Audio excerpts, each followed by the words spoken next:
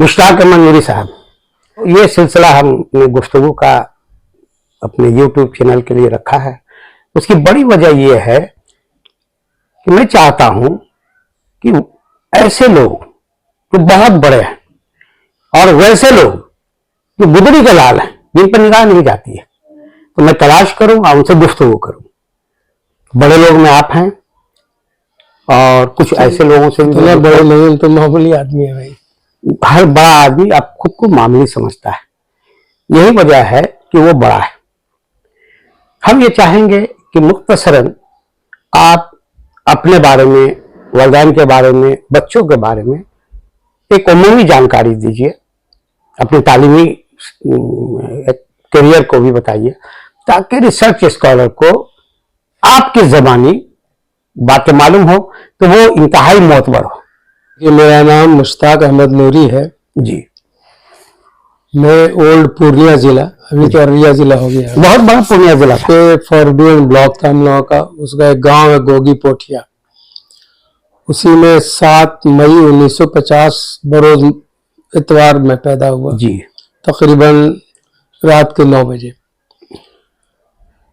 आमतौर से पहला बच्चा नानिहाल में पैदा होता है, लेकिन मैं दादियाल में पैदा हुआ। मैं भी नानिहाल में पैदा हुआ। मेरे अब्बू का नाम था जनाब हफीजुद्दीन अहमद, माँ मेरी थी बीबी आमना खातून जी। तो हमारे अब्बा 4 भाई थे जी। अबुल हाशिम, अबुल कासिम, मुहर्रम अली और हफीजुद्दीन अहमद। अब्बा सबसे छोटे थे।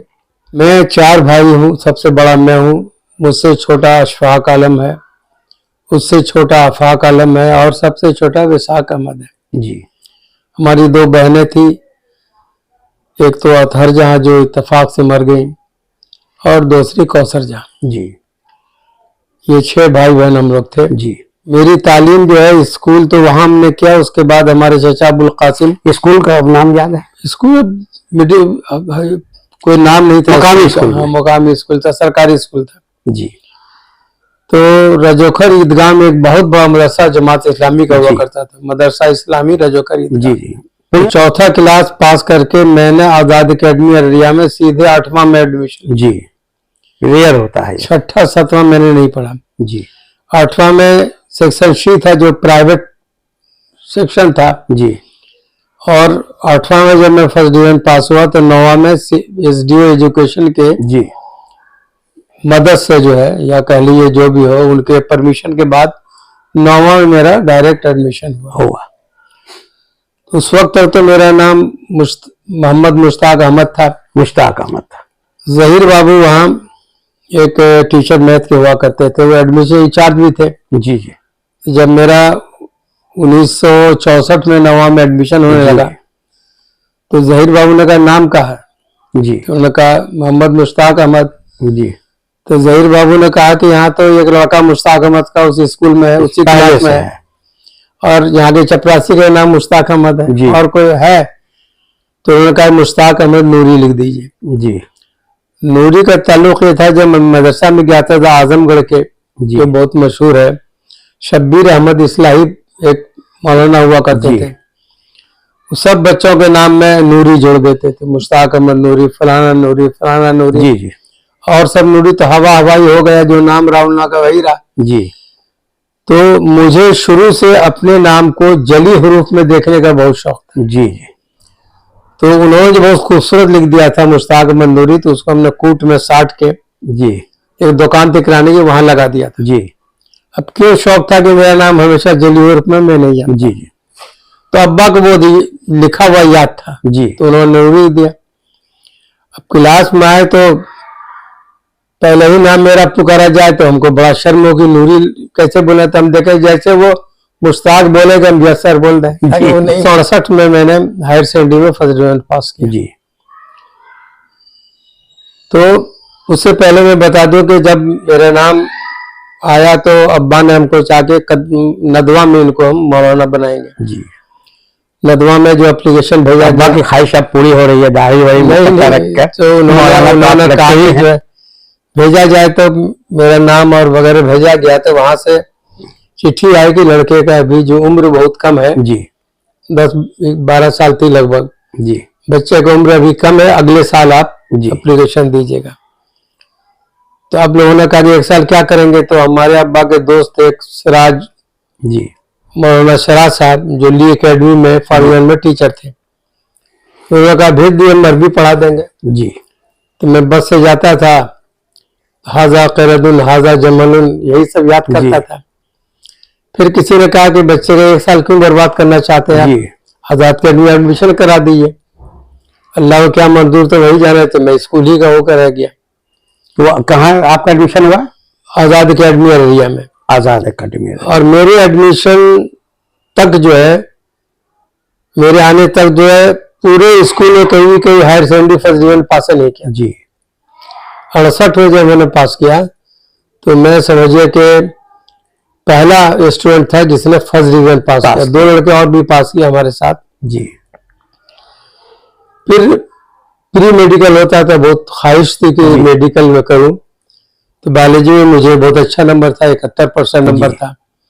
तो प्री मेडिकल में अप्लाई हमने कर दिया। एक आध दो पैरवी की भी चिट्ठी लेके मैं आया था पटना यूनिवर्सिटी में किसी के नाम। उस जमाने में पैरवी चलती थी? उस जमाने में पैरवी चलती थी। तो मेरा नंबर जो देखा, जिनका मैं मेरे बड़े चचेरे भाई के साथ आया BN कॉलेज में थे, उन्होंने कहा अरे इतना नंबर के बाद पैरवी क्या जरूरत है, जी। तो बात ऐसे हो जाएगा। तो मैं पहली बार समझिए कि गांव से शहर आया था। जी। तो मैं किसी को नहीं मिला, लेकिन मेरा नाम जो है वेटिंग लिस्ट में आया। जी।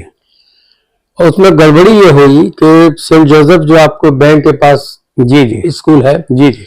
उसके 10-12 लड़के को बैक डोर से वहां एडमिशन इसीलिए पैरवी की जरूरत थी। हाँ, तो अब मेरी अल्लाह को मर्जी थी कि मैं मेडिकल में न जाऊं। जी। ये मैं बता ये भी मसले, अल्लाह के मसले। तो अब वही पूरे बिहार में मैं कहीं भी अप्लाई करता मेरा एडमिशन हो जाता, इतना अच्छा नंबर था। जी। लेकिन उसके चक्कर में हमने कहीं नहीं किया। तो लास्ट में हमारे चचेरे भाई पूर्णिया कॉलेज में थे, बोला कि पूर्णिया कॉलेज भेज दीजिए। मुझे याद है कि पहली बार जब प्रोफेसर थे, बहुत बड़ा बड़ा हॉल होता था। जी। किस लड़के ने फर्स्ट डिवीजन पास किया है, मैं खड़ा हुआ, चारों तरफ हॉल में देखा कि एक भी आदमी ने मारे शर्म कि मैं बैठ गया। जी। जी। लेकिन उस जमाने में रवादारी थी कि फिजिक्स के, केमिस्ट्री के, बायोलॉजी के टीचर कहते थे कि तुम आकर उनसे पढ़ो। जी। पैसा नहीं लेना, मुफ्त में पढ़ो चाहते थे। तो फिजिक्स के तो बगल में थे, तो हम चले जाते थे, पढ़ लेते थे। वहां से मैं 71 में मैंने ग्रेजुएशन किया साइंस में। जी। वहां जाने की मसलहत ये थी कि हमारे पीर मुर्शिद वही मिले, असल मसला वही था। जी। प्रोफेसर मीर फजल इमाम, बहुत अच्छे, बहुत पर्शियन और उर्दू के हेड थे वो। तो वहां से जब मैंने पास किया, तो अब मेरे समझ में ये नहीं आ रहा था मैं क्या करूं। मैं नीचे नहीं जा सकता था, हमेशा ऊपर की सोचता था। 2 ही मेरे सेंस में था कि या तो मैं हाई स्कूल में टीचर बनूंगा, जी, या फिर मैं कमीशन से ऑफिसर बनूंगा। यही 2 चीज था, 2 ख्वाहिश आपकी। 2 ख्वाहिश थी, कोई एक नहीं, इससे नीचे नहीं जाऊंगा। तमाम उम्र के बगल के लड़के जितने भी इसमें थे, आपको मिडिल स्कूल में वैकेंसी निकली, सारे लोग चले गए। जी। मुझे कहा तुमने क्यों अप्लाई किया? हम कहा कि इसलिए अप्लाई नहीं किया कि मेरा हो ही जाता, जी, तुम लोगों से ज्यादा नंबर है, मैं मिडिल में नहीं पढ़ना चाहूंगा। उसके बाद साहब 1976 में फिर मैं पटना से वापस चला गया। वहाँ ट्यूशन हमने पढ़ाए और मदरसा यतीम खाना था, वहाँ मैथ टीचर का वैकेंसी निकली, बाद आपके रिटन एग्जाम हुआ, मेरा ही सिलेक्शन हुआ। तो मैं 1-1.25 साल वहाँ रहा। वहाँ से फिर मैं पटना आ गया कमीशन की तैयारी और बीएड के लिए। जी। तो बीएड में पटना यूनिवर्सिटी में अभी भी ये रूल है कि 80% सीट पटना यूनिवर्सिटी के लिए, जी, सिर्फ 20% seat other than Patna university, वो रांची लेके जोड़ लीजिए। तो अदर देन पटना यूनिवर्सिटी में मेरा नाम पहले नंबर पर था। जी। फिर वहां भी मैंने टॉप किया बीएड कॉलेज में 1975 में। जी। फिर 76 में मैंने कमीशन के भी एग्जाम दिया और एमएड भी मैंने कर लिया। जी। और इसी बीच में मेरा सिलेक्शन जो हो गया हाई स्कूल टीचर के लिए हो गया। जी। और मैं चला गया वहां, और जिस दिन मैंने स्कूल ज्वाइन किया उसी दिन यहाँ एमएड में मैंने एडमिशन ले लिया था। जी। पैसा वैसा दे के गया था। अब वहां से फोन जाने लगा, लड़का को कहा कि भाई जल्दी आओ नहीं तो तुम्हारा नाम कट जाएगा, 1 महीना से तुम गैर हाजिर हो। खैर मैं वहां से स्कूल से निकल के आना चाहता था। उस जमाने में एजुकेशन इंस्पेक्टर का बहुत वैल्यू था, मजिस्ट्रेट कहलाते थे। जी जी। तो वो आए एक दिन, तो हम प्रिंसिपल साहब के पास गए, जनाब मुझे छुट्टी चाहिए, मुझे एडमिट करना है। तो उसने कहा कि साहब कई दिन हुआ आपको? हमको 1 महीना। कहाँ छुट्टी, कैसे जाइएगा? जी। तो हमने कहा कि इंस्पेक्टर साहब मेरे सामने बाधा मत डालिए, मैं पानी हूँ, आप यहाँ डालेंगे मैं उधर से भागे निकल जाऊंगा। जी। अब तरीका बताइए, अदरवाइज मैं रिजाइन कर सकता हूँ, इसलिए कि अगले साल फिर मैं ही चुन के आऊंगा। जी।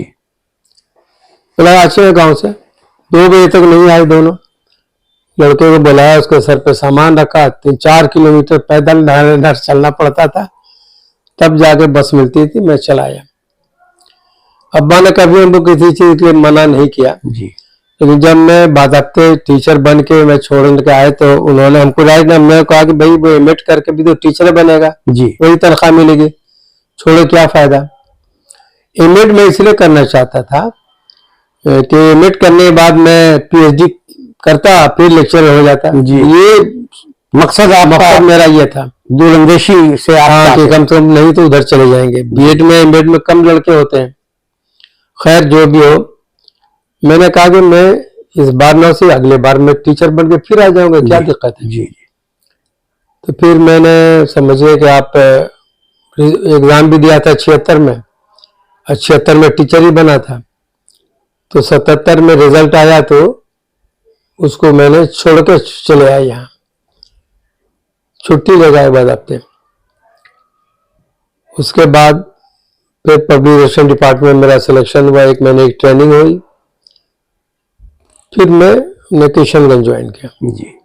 ये आपकी सरकारी मुलाजमत हो गई? सरकारी मुलाजमत हो गई। तो आपने ये टीचर की नौकरी भी की, उसके बाद सरकारी? हाँ, टीचर की नौकरी की, लेकिन मैंने ये सोच कर रखा, आज मैं आपको इत्मीनान से बताऊं कि अगर मैं बायोलॉजी टीचर होता तो जो हालत सरकारी नौकरी में हुई उससे कम से कम 4 मेरी कमाई होती, क्योंकि बहुत अच्छा मैं ट्यूटर भी था। जी जी।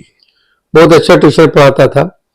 और रिया में भी समझिए कि मारामारी होती थी, कौन पढ़े कौन नहीं पढ़े, ये हाल था मेरा। तो मैंने कहा था कि इज्जत के एक लेवल तक ही झुकेंगे, हाई स्कूल में टीचर अच्छा जॉब कहलाता है। यहाँ हो गया तो फिर 1 महीने की ट्रेनिंग हुई, फिर मैं वहां चला गया। तो वहां से हमारी पूरी जिंदगी की शुरुआत हुई। अब सरकारी मुलाजमत के बारे में तो बाद में, अब क्योंकि सरकारी मुलाजमत में भी आपने बड़े बड़े कार्य हाय नुमाय अंजाम दिए हैं, जिसका मैं गवाह भी हूँ। लेकिन अब बताइए कि आपकी शादी जो है पढ़ने के जमाने में हुई या नौकरी में आने के बाद? नहीं, पढ़ने के नौकरी में जब मैं किशनगंज में था, मेरी शादी 7 जून 1980 को। अच्छा, कितने बच्चे आपके हैं? कुछ नाम से बता दीजिए। हमारे 4 बच्चे हैं। पहला का नाम है जीशान अहमद नूरी जी। उसके बाद है हसन अहमद नूरी, तीसरा बेटा है शायान अहमद नूरी, चौथा इरफान अहमद नूरी, सबसे छोटी बेटी मेरी जैन है। अब हम चाहेंगे कि आप अदबी जिंदगी के बारे में, कि अदब में कदम कब रखा, अदबी जिंदगी के बारे में बताऊं आपको। मैं स्कूल में जब पढ़ रहा था तो जो बज़ में अदब होता है उसका सेक्रेटरी में था जी, थ्रू आउट जब तक रहा। तो 66 में एक प्रोग्राम हम लोग करना चाह रहे थे मुशायरे का। मैंने एक नज्म लिखी कि हम नहीं पढ़ेंगे क्या, तो नसर हमीद खलीज थे, उनको देखा बड़ी खुश हुए, उन्होंने सलाह भी की। फिर मैं गज़ल भी कहने लगा साथ साथ। हमने समझा था कि आप अफसर निगारी से ही अदब में। नहीं, शायरी मैंने की।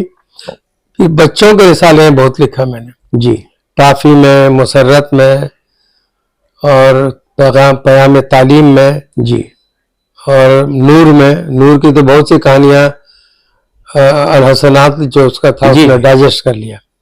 उसी जमाने में मैंने स्कूल ही में कहानी भी लिखना शुरू की। जी। आपकी पहली कहानी कौन सी है? 2 रूप। ये भी बता दें, मेरे जहन में था मैं स्कूल का लड़का हूँ, मेरी क्या अहमियत है, कौन पहचानेगा। किसी को कहेंगे ये मुश्ताक अहमद नूरी अहमियत तो कोई नहीं मानेगा। जी।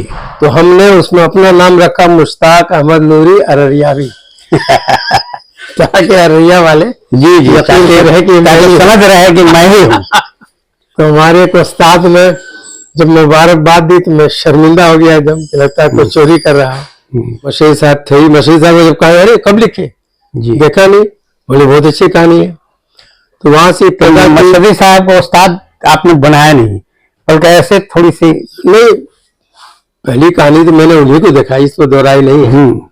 फिर उसके बाद फिर हौसला बढ़ा, फिर मैं लिखता रहा जी। लेकिन कॉलेज में जब आया तो पढ़ने के दरमियान लिखने की रफ्तार थोड़ी कम हो गई। जो मुशायरा वगैरह होता था उसमें कुछ न कुछ शेर में भी सुनाता था, बस मैं अदब जो था पूर्णिया कॉलेज में। उसके बाद जब मैं सर्विस में आया तब फिर लिखने की रफ्तार जो है 1980 से मेरी बढ़ गई। 80 से आप बढ़ गए। ऐसे तो उससे पहले तक 70-67 ही से लिखना शुरू किया था जी। 70 तक भी मेरी बहुत सी कहानी छपी थी, कई जगह छपी जी। लिखता रहा तो फिर मैंने पलट के नहीं देखा।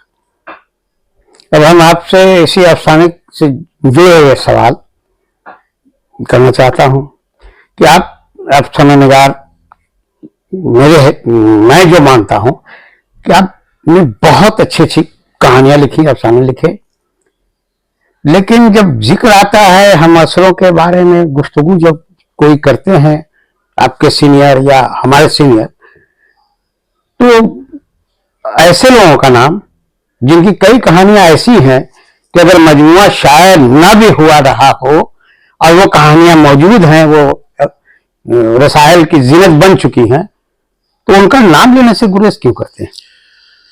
देखिए, ये जो हिसाब है कि कोई किसी का नाम ना ले, जी, ये दरअसल उस कहानीकार या उस फनकार की एहसास से कमतरी है। उनकी सोच ये है कि हम फलाना का नाम ले लें तो शायद मेरा नाम दब जाए। ऐसा नहीं होता। कारी या सामे जो होता है बेवकूफ नहीं होता। जी जी, वो हर की कहानी पढ़े होता है, वो जानता है कि इसमें क्या है।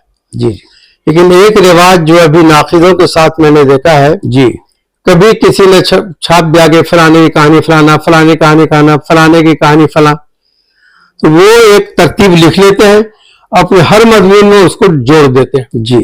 अब्दुल कुद्दूस जावेद जो मेरे बहुत अच्छे दोस्त हैं, जी, उन्होंने एक बड़ा मजमून लिखा फिक्शन पे। जी, हमसे जूनियर एवं बेवकूफ जैसी कहानी लिखने वाले की नाम तो है जी, मेरा कोई नाम नहीं, मेरी कोई कहानी का जिक्र नहीं है जी। अब इसको हम तो लिखने वाले हैं, उनको आप फोन भी करके कहेंगे ये क्या तमाशा। ये चीजें हो रही है अभी, लेकिन मैं जब बोलता हूँ दानिश्ता हो रही है कि सावन नहीं होता है? सावन नहीं है, ये तो हम समझते हैं दानिश्ता है, दानिश्ता हम इग्नोर कर रहे हैं। नहीं, आप मेहनत नहीं कर रहे हैं ना, आप जो लिख रहे हैं, आपका जो दोस्त है आपके इर्द गिर्द रहता है, हमेशा आपसे मिलता है, आप उसको भूल कैसे जाइएगा? ये बताइए। तो आपकी बात है कि जो जेन्युइन लिखने वाले हैं, मजमून निगार को, उनका नाम तो लेना ही चाहिए। कि आजकल जो अफसाना लिखा जा रहा है या लिखे जा रहे हैं,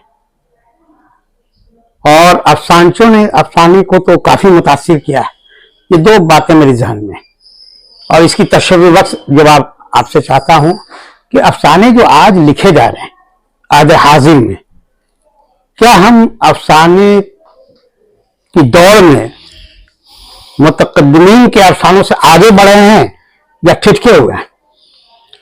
नहीं, देखिए, अफसाना जो है अपने अहद का तारीख भी होता है जी, और एक ही नौयत के अफसाने आप हर जमाने में नहीं कर सकते जी, बल्कि ये कहिए कि हर अफसाना एक उस्लूब लेकर पैदा होता है जी। प्रेमचंद के जो अफसाने थे वो उस जमाने में बहुत अच्छे थे जी। कृष्णचंद्र के अफसाने बिल्कुल रोमानियत अंगेज हुआ करते थे। कृष्ण का अफसाना जो है प्रेमचंद का जिंदगी बराए जिंदगी, अदब बराए जिंदगी हुआ करता था। उसके बाद फिर आपने देखा कि जदीदियत का दौर आया तो कहानी गुम हो गई। जी, कहानी गुम हो गई और तरसील भी नहीं हो सकता था। जी। बहुत से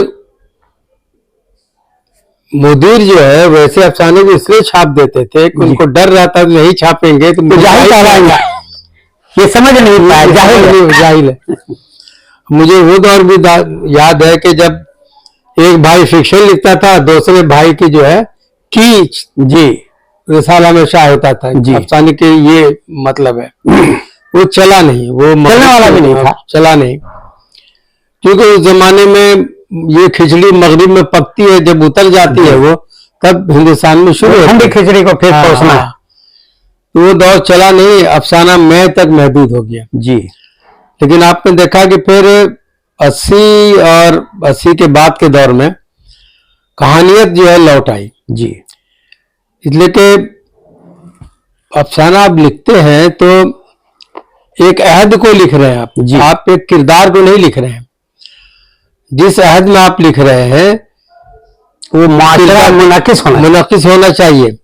हर फिक्शन का दौर जो है अपने दौर को लेके चलता है, ये हमेशा याद रखिए। अगर आप उस दौर की कहानी लिखेंगे तो उस दौर की जुबान, उस दौर की अक्कासी लानी पड़ेगी आपको फिक्शन में। जैसे शमसुर रहमान फारूकी ने किया जी, सवार लिखा, या कई चांद थे सर आसमा जो नॉवेल लिखा, जिस दौर के कैरेक्टर को लिया, उस दौर के जबान को, उस दौर के इसको इर्द गिर्द के माहौल को लिया जी। आज जो लिखा, आज आदमी के पास जो है समझिए कि फुर्सत नहीं है जी, सो कॉल्ड फुर्सत नहीं है। फिक्शन में आपको मुनकिस जब नहीं होगा असर आपका, तो आप अच्छी कहानी नहीं लिख सकते। कुछ लोग जो है कहानी के नाम पर कुछ भी लिख रहे हैं, जो अच्छे कहानीकार हैं जैसे सैयद मोहम्मद अशरफ है, पढ़िए आप उनको जी। हम असरों के बारे में तो आपसे फिर हम अभी थोड़ी देर में बात, तो हम ये एक मिनट, हम ये जानना चाह रहे हैं कि वो कहानी आगे बढ़ी है या ठिठकी हुई है या बहुत नहीं सोच रफ्तार में नहीं है कहानी। कुछ लोगों का तो कहानी बढ़ी है, इसमें दो राय नहीं। हर आदमी का नौ सही दौर के जो तकाजे थे, आज के जो तकाजे हैं वो अलग है और इसको लोगों ने बरता है, सबने नहीं। जैसे मिसाल के तौर पर हम जानना चाहेंगे कि कुर्रतुल हैदर, इस्मत चौगदाई, अजीज अहमद, इस तरह के मिंटू कि ऐसा कोई है जो लगता है कि उस तरह की आज कहानी लिख रहे हैं?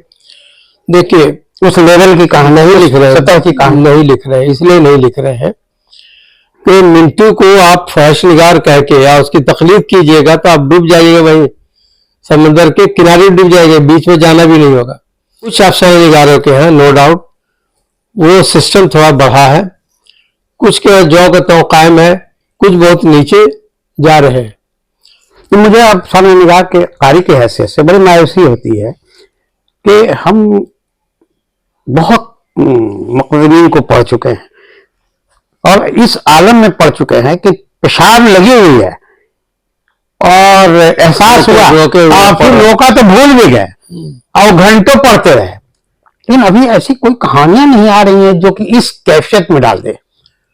ये आप तस्लीम करते हैं कि नहीं? नहीं, देखिए बिल्कुल ऐसा नहीं करेंगे। आप मिसाल के तौर पर मैं बताऊं, सिद्दीक आलम को पढ़िए जी, उनकी कहानियां पढ़िए।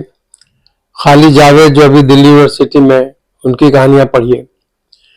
नए नए लोग जैसे आपको मोहसिन खान का अल्लाह मियां का कारखाना, वो पढ़िए। तो ये सब चीजें जो आ रही है ना, ये इस बात को बता रही है कि फिक्शन अभी बढ़ रहा है। मैंने पहले कहा कि सब क्या नहीं बढ़ रहा है, सबकी कहानी में ये तेवर नहीं है। हम एज ए होल जानना चाहते हैं, एज ए होल अदब के बारे में, अफसानी अदब के बारे में। अदब में जुमूद तारी है नहीं, जुमूद या इसकी रफ्तार सुस्त है या खुश आइंद है? खुश आइंद आगे तक जाएंगे। देखिए मैं बताता हूं कि अभी हम अब्दुल समद को मुंशी प्रेमचंद से मुकाबला नहीं कर सकते, करना भी नहीं चाहिए। ये तो मैं वही बता रहा हूँ, क्योंकि दोनों दो एरिया के आदमी हैं, दो आहद के हैं। और उसी तरह लिखने की जो बात आती है, अब मसूद मैयर जो है उनको आप जो क्या नाम उनका, इसका नाम मैं बोला था, वो सैयद मोहम्मद अशरफ से नहीं कर सकते। दोनों ही दौर के, लेकिन दोनों का लेवल अलग है। फिर आप पढ़ेंगे अगर तारीख शतारी को, तो उनकी कहानी बिल्कुल अलग दौर के है। हुसैन हक बिल्कुल अलग दौर के है। होता क्या है कि हर फिक्शन निगार का उस्लूब अलग होता है, ट्रीटमेंट अलग होता है। इसलिए हर अफसाना निगार अपने आप को ये कहने में बजायज है कि साहब हम किसी से नहीं मिलते। शायरी में लोग बोलते हैं ना कि साहब फलाने का रंग झलक जाता है, जी फिक्शन में भी झलक जाता है जी, लाख आप इनकार किए झलक जाता है। जिसके पास अपनी ओरिजिनलिटी है वो बरकरार रहेगा।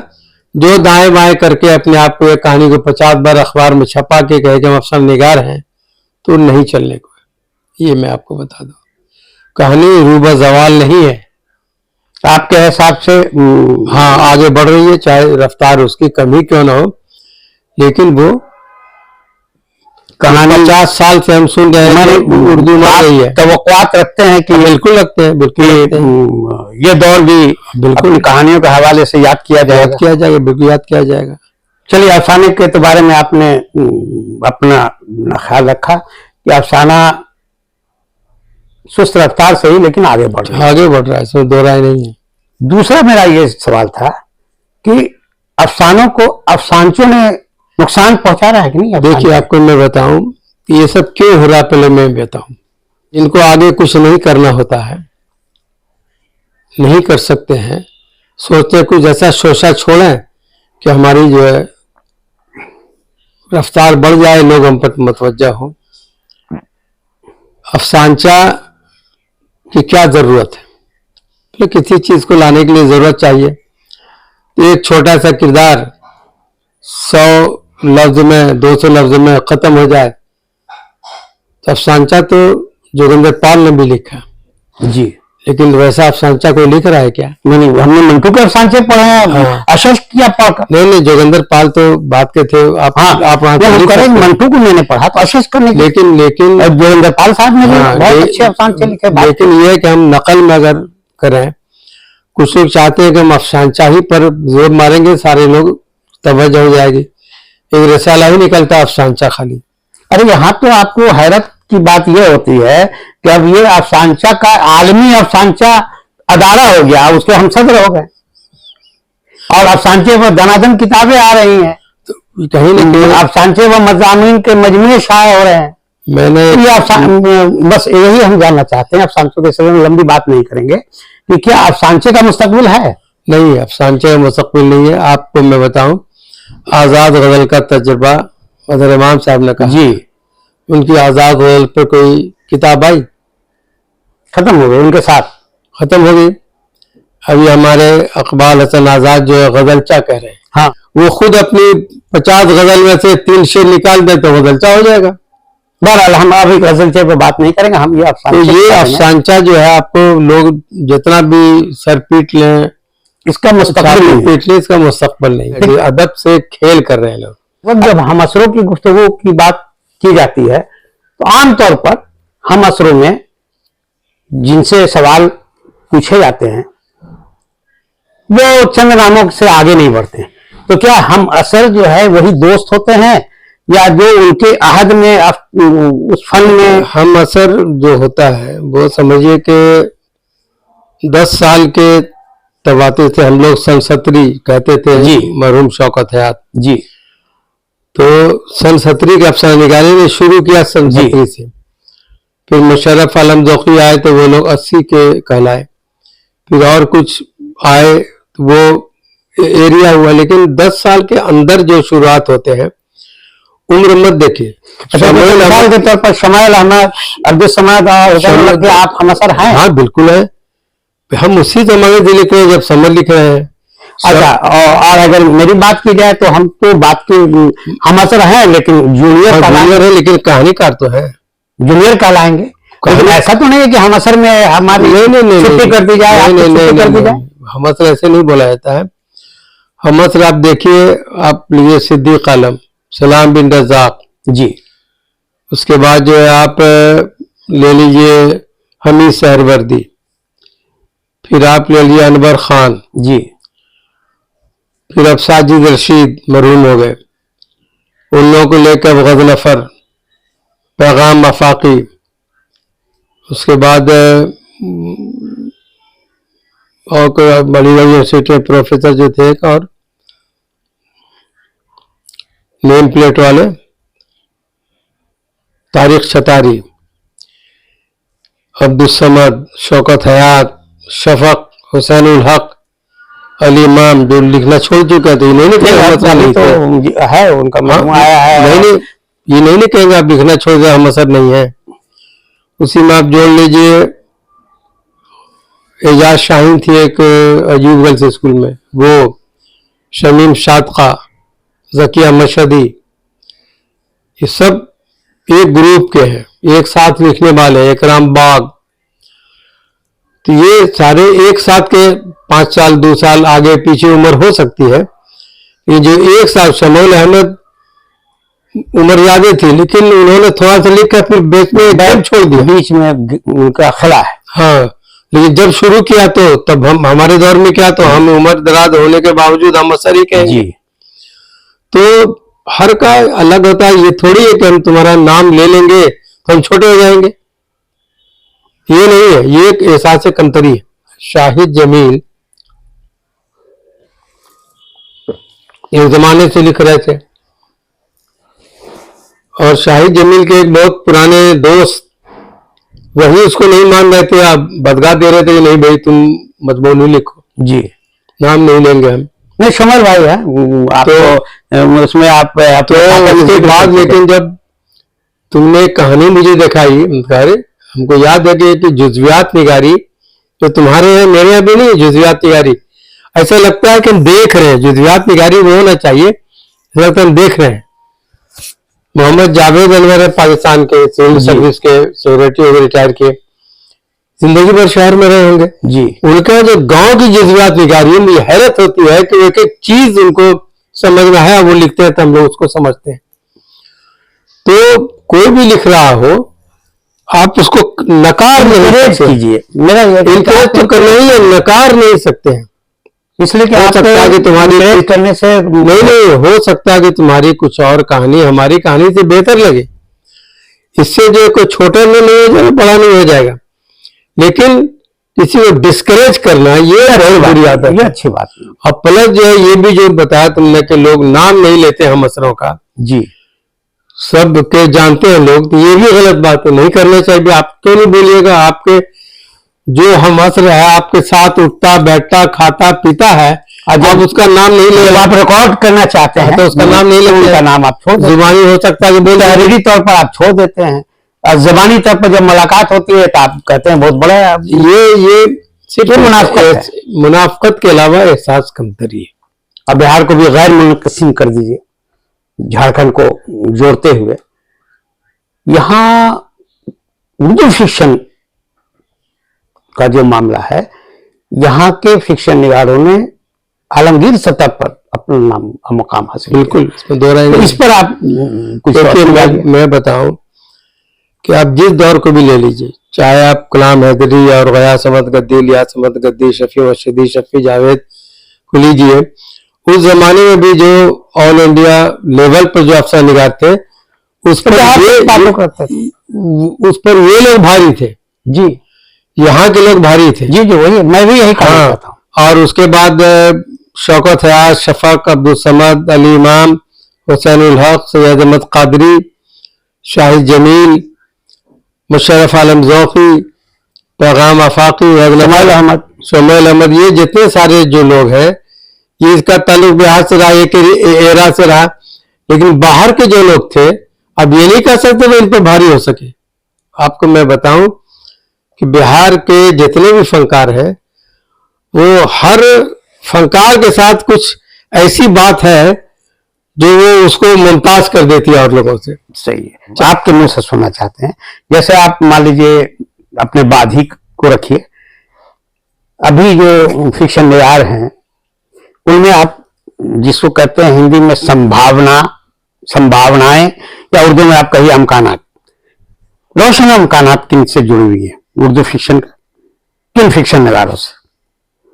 दो चार का अगर नाम ले सके तो। किस एरिया की बात कर रहे हैं? पूरे बिहार से जो अभी लिख रहे हैं। हाँ, जो अभी आपके बाद की जो नस्ल है, या आपसे थोड़ा ही नहीं, देखिए आपको मैं कहता हूँ इसमें सबसे ब्राइट लिखने वाला था मुशर्रफ आलम ज़ौक़ी जी, इसमें दो राय नहीं है। नॉवल में भी, कहानी में भी, वो अगर जिंदा रहता तो फिक्शन की बहुत ऊंचाई तक ले जाता जी।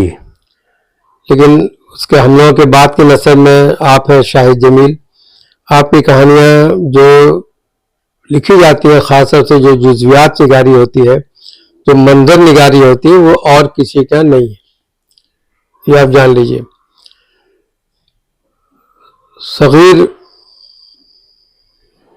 सगीर रहमानी जी, उनके यहाँ भी इम्कानात इसलिए है कि वो जिस काम में है, जिस शोबे से मुंसलिक है, जो माहौल उनके इर्द गिर्द है, वो उसको पेश करने में कामयाब है। उनका नॉवल मैंने भी पढ़ा, बहुत मुतासिर हुआ। हाँ, दलित विमर्श पर बहुत ही इस कारण है कि वो अपना है कि उसी तरह अहमद सगीर है, खूब लिख रहे हैं, खूब लिख रहे हैं, लेकिन वो बात नहीं है। अगर वो ध्यान दें अपने लिखने पर और शॉर्ट करें और अच्छा लिखें, उनके यहाँ भी इम्कानात हैं। उनके यहाँ बहुतात है, मैंने नवीसी उनके यहाँ नवीसी है, तो इसलिए वो अगर कोई चीज भी गलत आ गई तो नाम को लोग ये कर देते हैं। उसके बाद लेडीज में जकिया मर्शदी से आगे अभी कोई नहीं है पूरे हिंदुस्तान गीत। तो तस्लीम-शुदा है। सलमान अब्दुल समद भी यही का है शायद जी, उसने भी शुरुआत की है, लेकिन ये लोग जो है अपनी तशहीरी मुहिम में जुटे हुए। जी, रफी अजहर हंजिम भी बहुत अच्छा लिखते हैं, आपके अररिया वाले। हाँ, रफी अजहर हंजिम की जबान भी अच्छी है, बहुत अच्छा लिखते हैं और अच्छा तजिया भी करते हैं कहानी का। और भी लोग थे लेकिन सब बैठ गए, नहीं लिख पा रहे हैं। और भी लोग हैं जो अभी लिख रहे हैं। इम्कानात उनके रोशन होंगे जब उनकी अच्छी अच्छी चीजें सामने आएंगी। कौसर मजहरी ने भी एक नावल लिखा था, अच्छा नावल लिखा, लेकिन वो तनकीद की तरफ ज्यादा राग़िब हो गए। लेकिन अभी बहुत बड़ी नस्ल नहीं है बिहार में उस तरह के नहीं। 10-20 भी अगर हम आपको कहें कि निकाल दीजिए तो निकालना मुश्किल हो जाए। इकबाल हसन आजाद के बारे में आपकी क्या राय? इकबाल हसन आजाद तो कमोबेश हम लोग के एरा के हैं, थोड़ा सा जूनियर है, लेकिन इम्कानात के बारे में इम्कानात है। ठीक है, देखिए इकबाल हसन आजाद का ढब बिल्कुल अलग है जी। वो अब उनकी कुछ कहानी बहुत अच्छी हो जाती है जी, कुछ कहानी नॉर्मल हो जाती है, लेकिन इम्कानात तो उनके हैं। तो 60 साल से जो ऊपर वाले में इम्कानात तलाश कीजिएगा तो बहुत मुश्किल है। आपको जो नीचे की नस्ल में जाना है। हाँ, नीचे की नस्ल में तो अभी भी बहुत दूर दूर तक नजर नहीं आ रहा है। तशरीह वाले ज्यादा नजर आते हैं, तशरीह वाले ज्यादा है। तुम्हारे यहाँ जो इम्कानात है वो मैं मुँह देखे ही कर रहा हूँ, लेकिन अगर तुमने वाकई इस पर तवज्जो दी तो बिहार में तुम्हारे एरा के लोगों में सरे फहरिस्त तुम्हारी कहानी आवेगी। इसलिए कि तुम्हारे यहाँ जो कहानी की जुस्तजू है, जो कशीद करने की, हालात से माहौल से कहानी कशीद करने की सलाहियत है, वो बहुत अहम है। वही तुमको ऊंचाई पर पहुंचाएगी। इसलिए हम बहुत कम लिख पाते। नहीं, लिखिए आप। बहुत चंद्र को मैंने पूछा था कि चचा कहानी लिखने का जो ये है, ये 67-68 की बात है, तो उन्होंने कहा था कि बेटा पहले तुम पढ़ो। जी, उन्होंने भी खूब पढ़ा कि जितना पढ़ोगे तभी गढ़ोगे। जी। अच्छा, ये बताइए, अभी हमने जितनी भी गुफ्तगू की है उसमें फखरुद्दीन आरफी का कोई नाम नहीं लेते, इसकी कोई बड़ी वजह है क्या? फखरुद्दीन आरफी का नाम क्यों नहीं लेते हैं? क्यों नहीं लिया? फखरुद्दीन आरफी ऐसा लगे, देखिए वो भी लगभग हम ही लोगों के जी एरा के हैं। उन्होंने अब लिखना बिल्कुल कम कर दिया। ताज़ा चीज बहुत कम आ रही है उनकी, पुरानी चीज ही रिपीट हो रही है। अगर एक साल में एक कहानी भी अगर आदमी लिख जाए तो जिंदा रहता है। सही है। उनकी कमजोर नस यही है कि वो लिखना उन्होंने छोड़ दिया, और वो फेसबुक से ज्यादा जुड़ गए। हाँ, फेसबुक से ज्यादा जुड़ गए। फेसबुक ने नुकसान पहुंचाया और अफसाने और किताब पर तबसरा लिखने लगे हैं। और इधर तो देखा कि वो इस पर लिखने लगे हैं, जो लोग हैं कहानीकार हो या जो शख्सियात हैं उस पर लिखने लगे हैं। वो अपनी किताब तरतीब दे रहे हैं। हाँ, तो जो भी हो, लेकिन अच्छी बात यह है कि आप एक फिक्शन निगार के हैसियत से जब जाने जाते हैं तो उस पॉइंट को माइनस पॉइंट मत बनाइए। समझ रहे ना, तुम कहानीकार हो, अगर वीडियो में ज्यादा लग जाओगे तो उधर तवज्जो चली जाएगी। बिल्कुल जाहिर सी बात, लिखना पढ़ना कम हो जाएगा। जाहिर सी बात। तस्लीम कौसर के बारे में आप देखिए, तस्लीम कौसर अचानक जो है एक चांद की तरह खिली हुई और फिर जो है समझिए कि डूब गई। उन्होंने कोई बहुत अच्छी कहानियां लिखी, नो डाउट। जो बोनसाई उनका मजमुआ था जी, बहुत अच्छा मजमुआ है। शुरुआत इतनी अच्छी थी कि बहुत। उम्मीद वाबस्ता थी। कासिम खुर्शीद साहब के बारे में बताइए, डॉक्टर कासिम खुर्शीद। भी अच्छी कहानी लिखता है, शायरी भी कर लेता है, लेकिन उसको अभी तक पता नहीं चला कि वो आलमी शोहरत याफ्ता है या बहुत अच्छा अफसानानिगार है या आगे क्या करेगा। अगर एक सही सिमत में वो चले तो कलम में धार तो है जी, लेकिन धार के साथ चलिएगा तो बहुत दूर तक चले जाइएगा। धार से निकल आइएगा ना, वही जब हो जाइएगा आप, जो कि एक नाम और छूट गया, उबैद कमर। वाकई ये बात मैंने कई जगह पूछी है। ये अफसाना निगारों की जो मुहाजरत हो रही है शेरी अदब में, इसकी बुनियादी वजह क्या है? नहीं, बुनियादी वजह नहीं देखिए, असल सब देखा देखी होता है। नहीं, हमको ये बताइए कि आप जो है ये मुहाजरत की बुनियादी। मुहाजरत नहीं है, ये मुहाजरत नहीं है। इसलिए कि देखिए, कभी कभी आदमी चाहता है कि जब एक इजहार का जो वसीला होता है, तो कभी कभी चाहता है कि आप इससे पहले आप मुतकद्दिमीन में जाइए, क्योंकि अफसाना निगार है तो अफसाना निगार है, शायर है तो शायर है। नहीं कैसे, अब शफी मशदी देखिए शायरी भी करते हैं, अफसाना भी लिखते हैं। शफी मशदी मुतकद्दिमीन नहीं आएंगे, लेकिन मतलब अब जैसे प्रेमचंद, वो भी आप शायरी कर सकते थे। नहीं, कृष्ण वो भी शायरी कर सकते थे। उस जमाने में ये रिवाज नहीं था। इधर ट्रेंड डेवलप हुआ है। आप जो कहा ना देखा देखी का भी मामला, ट्रेंड डेवलप हुआ है, लोग ऐसे करने लगे हैं। मामला शायरी का है कि वहां लिफाफा लगभग तयशुदा होता है, तो ये लिफाफा का भी मामला है क्या?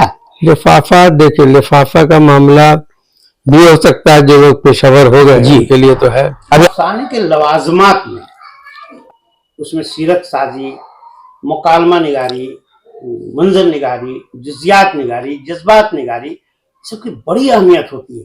हम दुखी हैं तो पढ़ने वाले को भी उस एहसास में मुब्तला कर देना। बिल्कुल बिल्कुल बिल्कुल बिल्कुल बिल्कुल। हम जो जुजियात दिखा रहे हैं उसको लगे कि हम वीडियो देख रहे हैं, वो वीडियोग्राफी की तरह महसूस हो कि मैं भी देख रहा हूँ, यह है जुजियात निगारी। और इसी तरह मुकालमा, एक जुमले से उसकी सीरत का पता चल जाए, जिसको सीरत साज मुकालमा कहते हैं। तो क्या आज के अफसाने में इस तरह के लवाजमात का इस्तेमाल है बहुत नहीं कर रहे हैं? बेशतर लोग नहीं कर रहे हैं। देखिए, बेशतर लोग नहीं कर रहे हैं।